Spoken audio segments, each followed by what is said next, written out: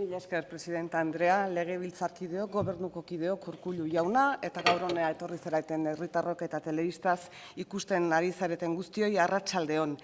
Herri bat gara, etxi ez duen herri bat, eta horregatik gaurko nire lehenengo hitzak halabeharrez Kataluniari buruzkoak izango dira. Kataluniako gobernua indargabetua, zerbitzari publikoak atxilotuak, alderdi politikoen egoitzak miatuak, askatasun zibilak bertan behera. Hau ez da independentzia bakarrik. Hau demokrazia da. Demokrazia bai, ala ez. Demokrazia ala demofobia. Guk argi daukagu. Beraz, nik gaur hemen esan nahi dut, Euskal Herria Bilduko gizon emakumeok apustu argi eta garbia egiten dugula demokraziaren alde, herritarren erabakiaren alde. Euskal Herria Bildu coincide en la defensa de la democracia con el Parlamento y el Gobierno de Cataluña, con decenas de entidades culturales, científicas, deportivas, profesionales, empresariales y sindicales de Cataluña, con Òmnium Cultural, con la Asamblea Nacional de Cataluña, con Comisiones Obreras y la Unión General de Trabajadores de Cataluña, con el Barça y sobre todo coincide con los millones de catalanas y catalanes que se resisten ante quienes pretenden robarles sus únicas armas, su voz y su dignidad. Historian badira une batzuk halabeharrez alde batean edo bestean jarri beharra dagoena. Ez dagoena ambiguitatearentzako tokirik. La línea ya ha sido trazada. O se está en la defensa de la democracia, con el Parlamento y el Gobierno de Cataluña, con las entidades catalanas, o se está con el Gobierno y el Estado español que pretenden liquidar las libertades civiles de los ciudadanos. En un lado o en otro. Eta Urkullu jauna gustatuko litzaidake erantzuna zuk ere argi uztea. Izan ere, bestela gaur egun Partido Popularrarekin egotea eta Partido Popularra babestea ez baita demokraziaren alde egotea. Edozein kasutan, gaurko zure diskurtsoa entzun ondoren, traza hartu diot Eusko Jaurlaritzari nolabaiteko errealitate paralelo batean edo bizi dela. Bai Kataluniara begira dauden unean betiko mezua igorri diezulako, baita Espainiara estatuari begira eta baita Euskal Herriari edo Euskal Herriaren zati honi begira behintzat. Mundu paralelo bat eta ez dituzu datu guztiak eman, aurreko kideek eman dituzte hainbat datu, baina egia esan oraindik ere herri honetan jende asko dago ez daukana modurik bizitza duin bat egiteko. Arazo ekonomikoak, etxe bizitza bat edukitzeko arazoak, langabezia arazo handi bat da oraindik ere eta gainera 172 ez du prestaziorik jasotzen, eta kronifikatzen ari da, eta 173 urtebete baino gehiago darama langabezian. 30 urterekin oraindik ere etxean jarraitzen duten gazte asko daude, bereien etorkizunaz zer egin ez dakitenak, nola izango den ez dakitenak, seme-alabak izatera ausartzen ez direnak, eta honek sortzen digu egun daukagun arazo larrienetako bat, demografia arazo izugarri bat Euskal Herrian. Erretiroa heltzean, pentsioa kobratuko duten pertsonak daude, beldurra duten pertsonak, eta honen alderdirik gordinena lehen esan baldin bada ere emakumeok pairatzen dugu. Emakumeok pairatzen dugu gizarte honetan arlo guztietan gertatzen direnen alderdirik gordinena. Lanik prekarioenak, violentzia eraguztietakoa, zaintza gure gain dago, arpegirik beltzena gizarte honetan dauden arazoetaz emakumeok jasaten dugu. Eta oraindik ere ez dugu ikusten emakumeak daudenik politika horien guztien erdian. Eta ezin dugu gure etorkizuna erabaki, eta egunez egun Espainiako estatuaren demokraziaren gabezia larria pairatzen dugu, eta orain, momentu honetan, historiako momentu honetan gainera, salbuespenezko egoera antidemokratiko bat, inolako esperantzarik gabea, arazoa estrukturala delako, egiturazkoa delako, ez delako Partido Popularra bakarrik. Ez dago, Espainia demokratizatzeko aukerarik, eta horrek Euskal Herriari zuzenean eragiten dio. Nos parecemos cada vez menos a Europa y cada vez más a España. En vez de invertir en investigación y desarrollo a nivel de Europa, invertimos más a nivel español. Y lo mismo pasa en educación, o en cultura, o en medio ambiente. Herri aurreratu batek hezkuntza aurreratu bat puntakoa behar du, kalitatezko hezkuntza bat. En estos momentos su gobierno está aplicando la LOMCE. Los resultados de PISA han evaluado negativamente sus políticas y tiene la comunidad educativa en la calle, y yo creo que es el momento de reconocer que ha habido grandes errores, que hay que dejar de mirar a Madrid y que hay que empezar a mirar a Europa. El número de profesorado interino que mantiene incide en esa calidad. La falta de modelo en inmersión lingüística lastra al alumnado. La segregación escolar necesita medidas activas. Necesitamos un sistema que garantice la igualdad de oportunidades. Y tenemos graves lagunas y grandes asignaturas que responder en estos momentos. Nuestros impuestos, pues nuestros impuestos efectivamente son casi calcados a los españoles, nada que ver a los europeos. Y todo esto, señor Urkullu, gracias a su gobierno, porque usted puede continuar con su marketing de las personas primero Euskadi auzolanean. Baina begira, Urkullu jauna, duela 10 urte, 2008an, Araba, Bizkaia eta Gipuzkoar herritar bakoitzak bataz beste 31.453 euroko aberastasuna sortu zuen, hori zen barne produktu gordina per capita, eta 2016an 31.805 izan da. Orain 10 urte zuen hainbeste gustatzen zaizkizuen tauletan, Espainiako Elkargo Autonomoetako tauletan, aberastasun mailan lehenengo lekuan zegoen Euskal Autonomia Erkidegoa eta orain Madrilen atzetik dago. Baina okerrena da Europara begira jarrita orain 10 urte 2007an Euskal Autonomia Erkidegoaren barne produktu gordina Europako bataz bestekoaren 140koa zela, Eustaten datuen arabera, eta azken datuen arabera 20 puntu galdu ditugula. Ez dutukatuko nik krisia izan danik, baina krisiak eragin dio bai Londresi, bai Parisi, bai Portugali adibidez egoera berezitu bat izan duelako agian beste herrialdeekiko begiratuta. Ez dut nik ukatuko hori. Baina guztiak uler dezaten PSOE eta PNV-ren gobernuek edo orain elkarrekin duzuen honek Espainiako eredua aukeratu duzue krisiari aurre egiteko. Espainiak erabakitako neurri guztiei men egin diezue azken urteetan eta horretan jarraitzen duzue eta ez dezue bertako eredu sozioekonomiko eta industriala defendatzeko pausurik eman. Hemos perdido muchos años y ahora mismo el índice de competitividad regional europeo, quizás el índice que mejor mide la riqueza de nuestro país y el nivel de vida, nos coloca en la posición 119 de un total de 263 regiones europeas. Hace solo 4 años estábamos en la posición 103. Siempre ha sido una obsesión para mí la inversión en investigación y desarrollo. Y fíjese, en 2010 estábamos en la posición 88, que tampoco era una cosa para echar cohetes, pero es que resulta que en 2016 estamos en la 134. No hará falta decir que la inversión en innovación hoy supone el empleo y el crecimiento de mañana. Baratza ongarritzea da. Baina ikerlari gazten lan baldintzak ez dira onargarriak. Unibertsitatea da gaur ikerkuntzan emaitza oparoena ematen duena eta inbertsioa eskasa da eta errektoreak ere berriki zalantzan jarri du era honetara unibertsitateak aurrera egiteko aukera izan ote dezaken. Eta zer egin du gobernuak 9 hilabete hauetan? Lehenengo egin du Alderdi Sozialistarekin koalizio gobernu bat, logikaren kontrakoa gehiengorik ez daukalako. Eta ia ezkondu orduko, menaxatua bat Partido Popularrarekin egin duzue, bai Euskal Alderdi Jeltzaleak, baina baita Alderdi Sozialistak ere, Mendia Andrea. Hain zuzen ere, gero esango duzue Espainian eta zuk eta Pedro Sánchezek Partido Popularra alderditik gobernutik bota behar dela, baina Espainiako Kongresuan zuek bideratu zenuten hain zuzen ere Mariano Rajoy gobernuan egotea. Eta zuek eroso zaudete gobernu honetan Partido Popularrak sostengo ematen dizuelako. Eta sostengatzen ari zarete Partido Popularra Espainian noiz eta une historiko honetan, demokrazia arriskuan dagoen honetan, adierazpen askatasuna erasopean dagoen honetan, elkartu eta ideiak trukatzeko askatasuna arriskuan dagoen honetan, eta azken batean lehen esan dudan bezala, demokrazia jokoan dagoen honetan. Eta oraindik ez dakigu non jarri duzuen proportzionaltasunaren marra. Baina jarrai dezagun, Urkullu jauna, gaur bertan ere aipatu duzu ekonomia eta enplegua direla zure ardura nagusienetako batzuk. Su gobierno fue elegido en noviembre del año pasado. En Álava, Guipúzcoa y Vizcaya, ese mes de noviembre, había 922.000 afiliados a la Seguridad Social en todos sus regímenes, trabajadores por cuenta propia y ajena, 922.000. Y hablemos de los últimos datos de este año, que son de agosto de 2017. O sea, 919.000 afiliados menos, con lo cual han desaparecido 3.000 empleos. Esango didazue, lanbideko bulegoetan jende gutxiago dagoela izena eman da eta enplegu tasa hobetzen ari dela.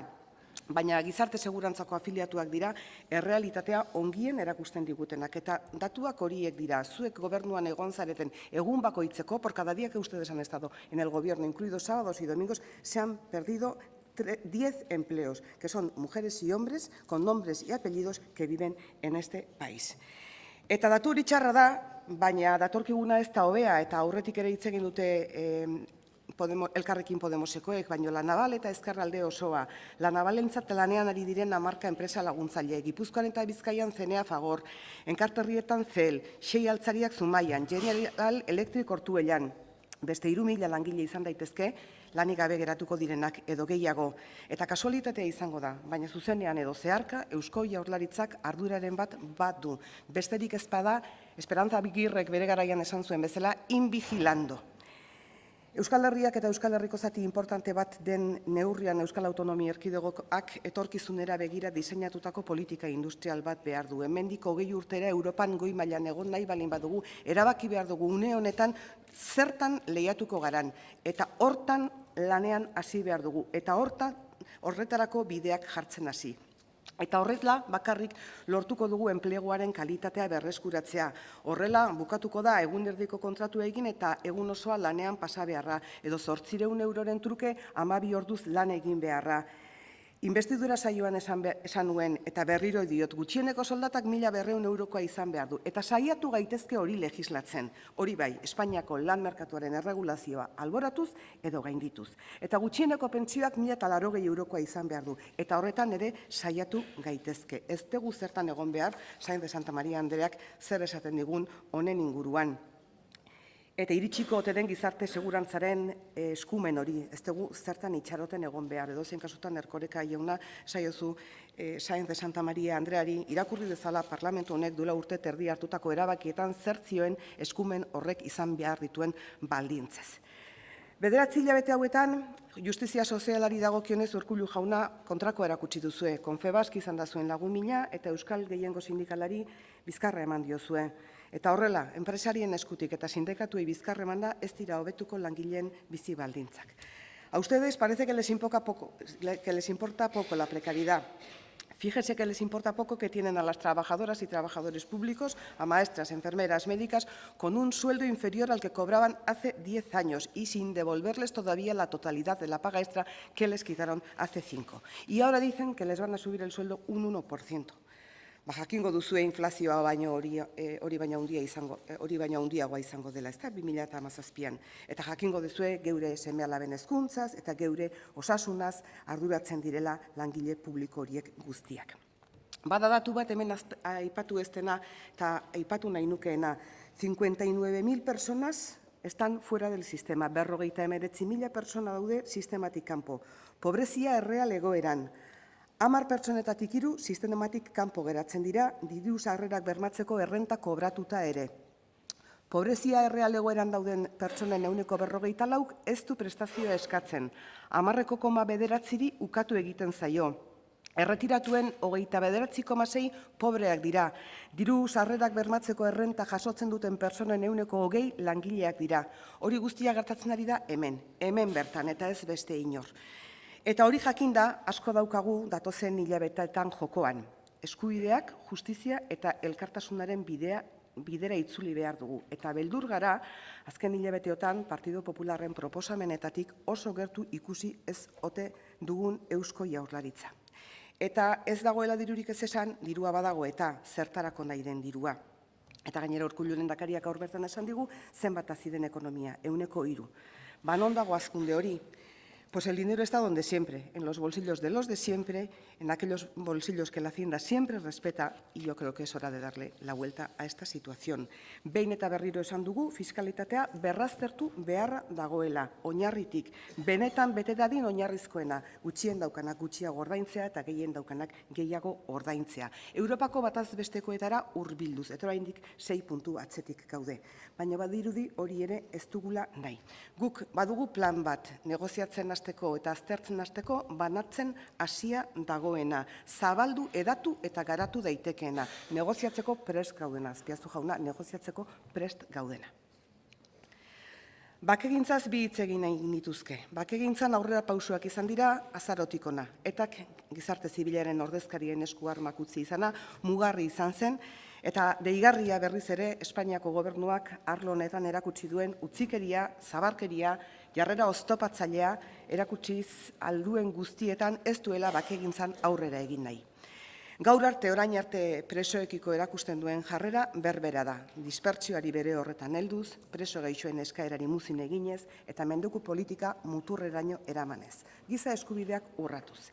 Eta ezin ulertzekoa da, munduan beste inon olakorik ez delako gertatzen. Ikusiko dugu espetxeen eskumena zertan geratzen den eta hori dela medio zertan gelditzen diren Madrilekiko elkarrizketak, baina uste dugu oso kontuan hartu behar duela Eusko Jaurlaritzak Euskal Herritarrak erakusten ari diren bidea, bestearen azalean jartzeko ariketa, empatia, biktima guztienganako errespetua, errekonozimendua eta alden guztietan erreparazioa. Eta kontuan hartu behar dituela gizarte zibila arakatzen ari den formula eta formula berriak ere. Baita gertatutakoaren kontakizuna egiterakoan ere, bakarra egiteko, errelato bakarra ontzat emateko tentaldiak ikusten ditugu eta kontaketa bat bestearen gainean inposatzeak ez dio prozesu honi mesederik egingo. Gu ausardia zokatzen ari gara eta horrela egiten jarraituko dugu. Hitz egin dezagun etorkizunaz, Euskal Herriaren etorkizunaz, munduan izan behar duen tokigantz. Etorkizunari buruzko debate honetan oztopo handia izango da Espainiako estatua. El Estado español tiene tan claro su orden de prioridades que de un plumazo anteayer se cargó de facto incluso el llamado Estado de las Autonomías del que tanto se vanagloriaba.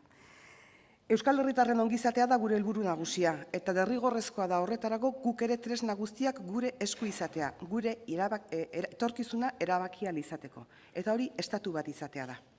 Bestela erren egongo gara. Euskal Herria nazio bat da eta ondorioz erabakitzeko eskubidea du. Autodeterminazio eskubidea du. Ez da inor baino gehiago, baino ez da inor baino gutxiago. Abia puntu horrekin gu akordioak egiteko prest gaude eta adostasunak prest bilatzeko gaituzue. Baina aniztasunaren izenean beto eskubiderik onartzeko ez gaude prest. Kontu honetan ematen antzeman dudan aldaketa bakarra zure iritzi aldaketa da, Urkullu jauna. 9 hilabetez galdera egin dizudanean autogobernuaren inguruko zenbait kontuei buruz beti erantzun bera eman didazu. Hori autogobernu ponentzian. Baina zure irizpideak eman dituzunez, utzidazu zer iruditu zaizkiten esaten. Eskubide historikoetan oinarrituta estatu konfederal bat. Izan daiteke nolabait esateko zure gaurkoaren titularra. Eta horrela esan da, Urkullu jauna, galdera bat sortzen zait. Estatu bat da egungo markoa gainditzeko lehendakariak proposatu diguna, hori da, estatu bat. Nazioarteko kontzeptu bat da, estatuen konfederazioaren aurretik estatu libreak onartzen dituena. Hori da proposatzen diguzuna, estatu libre bat da zuk gaur proposatzen diguzuna, Urkullu jauna. Lo que propone es que pasemos de un régimen de autonomía a un estado de soberanía, que se relaciona con otros estados de igual a igual, ¿o no? ¿Usted cree de verdad que esto es posible con quienes mandan tropas a Barcelona, señor Urkullu? Apuntatzen dute edozein kasutan, baina planteamendua tranpaz eta kontraesanez betea ere egon daiteke. Eskubide historikoak jada mantra bat ere bihurtu dira zuen alderdiarentzat.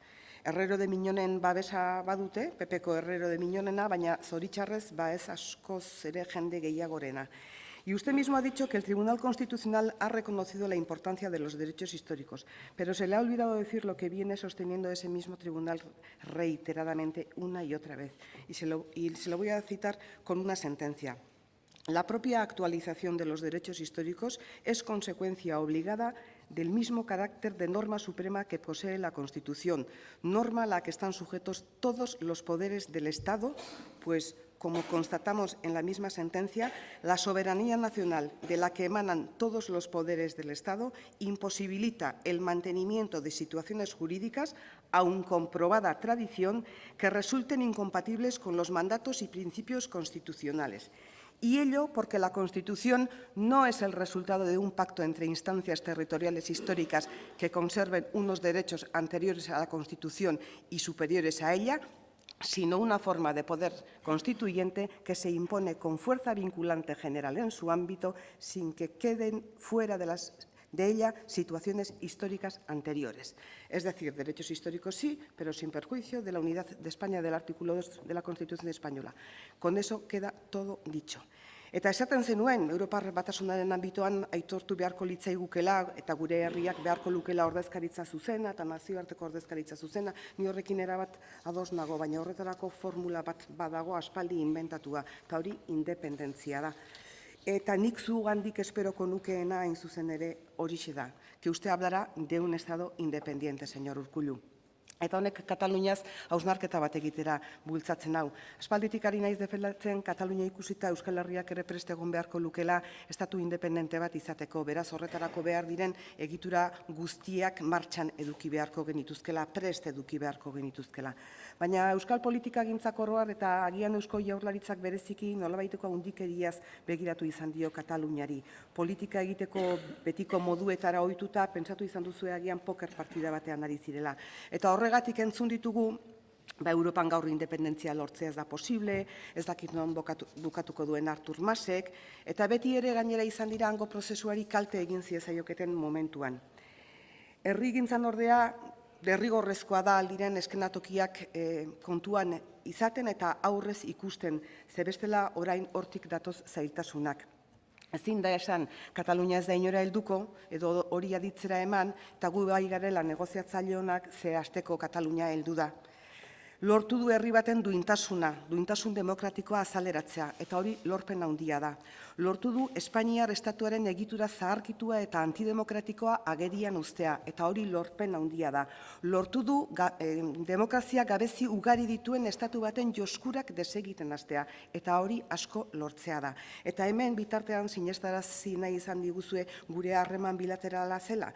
Nos han tratado de convencer que sí, que ustedes eran buenos negociadores, pero vemos ahora que Cataluña ha logrado reventar las costuras de un sistema que tiene gravísimas carencias democráticas, que ha puesto sobre las cuerdas a las estructuras del Estado y que tiene a la mitad de la juventud en paro, mientras regala miles de millones a la banca. Éramos muchos los que pensábamos que el rey de España, el Estado español, estaba desnudo y ha sido Cataluña quien ha puesto de manifiesto lo que estaba pasando. Y mientras tanto ustedes lo que han demostrado es que están bastante cómodos en la sartén del Partido Popular. Nik nahiko nukeena da zure gobernuak argi esatea zergatik da hobea dependentzia proiektu bat, independentzia proiektu bat. Baino, izan ere, zure gobernuari edo zeuri entzun da Urkullu jauna, horixe da ateratu daiteken konklusio bakanetako bat. Begira gaur urte bete, 2016ko irailaren 20an, El País egunkariaren azalean, la independencia en el siglo XXI es hablar de imágenes del pasado zenioen, eta gaineratu zenuen, hoy es imposible que un Estado se pueda declarar independiente. Egun hartan bertan, aquel mismo día, en una gran foto del mismo periódico, veíamos al diputado del Partido Demócrata catalán y exconsejero de Presidencia, Francesc Homs, declarando como imputado por haber puesto unas urnas el 9 de noviembre del 14. Luego lo inhabilitaron a pesar de ser un representante elegido por el pueblo. Gero investidura debatean esan zenuen zalantzak zeneuzkala Artur Masek non bukatuko zuen. Egia esan nabari da ez duzula, atzerri ministro bat Urkullu jauna ze esaldi hori diplomatikoki oso traketsa da, bai, oso traketsa da. Eta jarraitu nezake azarotik hona, baina begira uztailera etorriko naiz, El Mundo Madrilko egunkarian, Rajoy elogia el pacto y entendimiento con el País Vasco frente al enfrentamiento antidemocrático de Puigdemont. Eta uztailean bertan, Rajoyrekin eskutuan bildu ondoren, El Correoren titularra bilera sekretua deskubritu zuenean, edo beharrezko filtrazioa jaso ondoren, el PP aplaude la cita a Rajoy Urkullu y la pone de ejemplo frente a Puigdemont. Zu zara Partido Popularraren eredua, Urkullu jauna, zure gobernua da Partido Popularrak nahi duena. Eta gatozen iraileko aia gandiezina izan delako, lehenengo Radio Euskadin Kataluniako Parlamentuak referendum legea onartu, baina 48 ordu lehenago inolako babesik ez eta aholkuak elkarrizketa behar dela, baina zuk uste duzu Puigdemont presidenteari edo Artur Masi edo Kataluniako Parlamentuari hainbeste urteren bueltan inork esan dezaiokela elkarrizketa behar dela, ez aldute eskatu elkarrizketa, zenbat aldiz eskatu dute elkarrizketa, baita plenu hartan bertan ere, zenbat aldiz eskatu zuten elkarrizketa, eta elkarrizketa beharko da, baina zuk ezin diezu bi aldei neurri berean elkarrizketa eskatu, Urkullu jauna, ez. Kataluniako Parlamentuak referendumaren legea onartu zuen egunean, irailaren 6an, Eusko Jaurlaritzak ez zuen hitzik esan horri buruz. Edo zitzaizuen importantea irudituko, edo deskolokatuta zeundeten, edo ez dakit pa. Gero etorri izan zure txio famatua, eta gero, bueno, sí, pero no, pero ya veremos.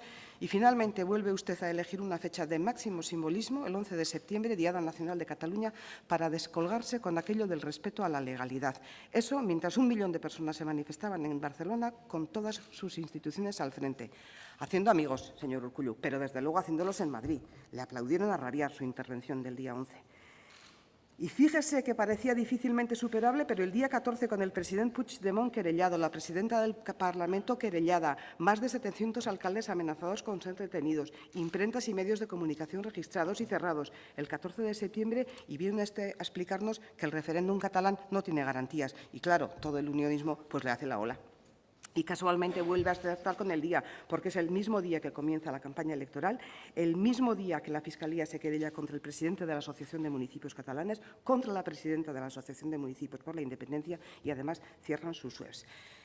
Esta actitud es gravísima, señor Urkullu. Lo es incluso desde un punto de vista material, porque el referéndum de Cataluña tiene todas las garantías de este tipo de procesos en una democracia occidental. Y además una comisión de observadores internacionales encabezados por Dan Everts, embajador de la Organización para la Seguridad y Cooperación Europea, máximo representante civil de la OTAN en Afganistán, colaborador de la Unión Europea, de las Naciones Unidas, un diplomático de altísimo rango, cuya opinión me va a permitir, señor Urkullu, será al menos tan calificada como la suya. Y ellos velarán porque el referéndum se celebre con todas las garantías. Mire, lo único que le sobra al referéndum catalán son las detenciones, las amenazas, las multas, las inhabilitaciones y el terror que genera el Estado español. Es lo único que le sobra al referéndum catalán. Batez ere oso larria iruditzen zait zure jokabidea politikoki. Eusko Jaurlaritzaren lehendakaria zara, Urkullu jauna, gu guztion lehendakaria zara, eta Espainiar unionismoak berriro erabili du zure jarrera Kataluniaren kontra. Aipatu duzu gaur askotan Juncker jauna, berarekin bildu zineneko hura. Juncker jauna Europar Batzordeko presidentea, Estatu Batuetako diplomazia, zu baina askoz ere urrutirago joan dira zentzu honetan. Eskoziako gobernuak deklarazio formal bat egin du Kataluniaz, naiz eta 2000 kilometrotara egon. Seamos honestos, dijo usted, señor Urkullu, pues seamos honestos. Dar oxígeno al Partido Popular es incompatible con defender la democracia. Y usted ayer dijo que no había que echar más gasolina al fuego. Pues mire, sin oxígeno no hay fuego, señor Urkullu. Sin oxígeno no hay fuego. Y seamos honestos y reconozca de una vez por todas que usted no quiere la independencia para la Cataluña, que le molesta que hayan llegado tan lejos, porque esto deja en evidencia, señor Urkullu, esto demuestra que todo lo que nos han tratado de explicar durante todos estos años, que un pacto aquí, que un arreglo allá, que esto era lo mejor, pues a lo mejor hay otras vías. Pueden existir otras vías. Si Cataluña es independiente y se siente en las Naciones Unidas y a nosotros nos sigue representando el señor Rajoy, su política queda en evidencia.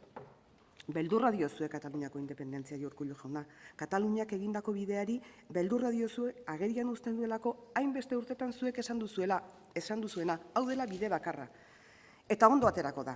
Lehenago edo beranduago ondo aterako da. Esaiguzu non zauden zu, non dagoen Eusko Alderdi Jeltzalea. Non zaude une honetan demokraziarekin edo inposizioarekin. Importantea da, estatus berri bati buruz aritu behar dugulako, Urkullu jauna, eta Kataluniari itxi zaizkion ateak Euskal Herriari itxi zaizkiolako. Esan dizut lehen, esaiguzu non gauden. Estatu bat aldarrikatuko dugun legegintzaldian edo betikoan jarraituko dugun legegintzaldian. autogobernu eskubidea, autodeterminazio eskubidea defendatuko dugun legegintzaldian edo beste batean. Espainiako estatuko autonomia mutilatu bat izaten jarraitu behar dugu, edo estatu bat izateko bideari ekingo diogu. Eta ez ahaztu, hemen ez dago jokoan proiektu politiko bat. Ez dago jokoan independentzia bakarrik. Hemen jokoan dagoena demokrazia da. Eta aurrez aurre dugun estatuak arazo estruktural bat du zentzu horretan. Mendez mende erakutsi duen bezala. Kontua da demokrazia bai edo ez, eta Partido Popularrarekin egotearekin demokrazia posible den ala ez. Las mujeres y hombres de este país, señoras y señores del Gobierno, se merecen un gobierno más ambicioso y no esta tristeza y este gris en que han envuelto a este país. Rosa Parks aipatu izan dut orain baino lehen, eta egun hauetan behin baina gehiagotan topatu dut berak egindako baieztapen bat. Orduan eta gehiago obeditu, orduan eta okerrago tratatu gintuzten. Hausnartzeko modukoa iruditzen zait. Eskerrik asko. Eskerrik asko, Iriarte andrea.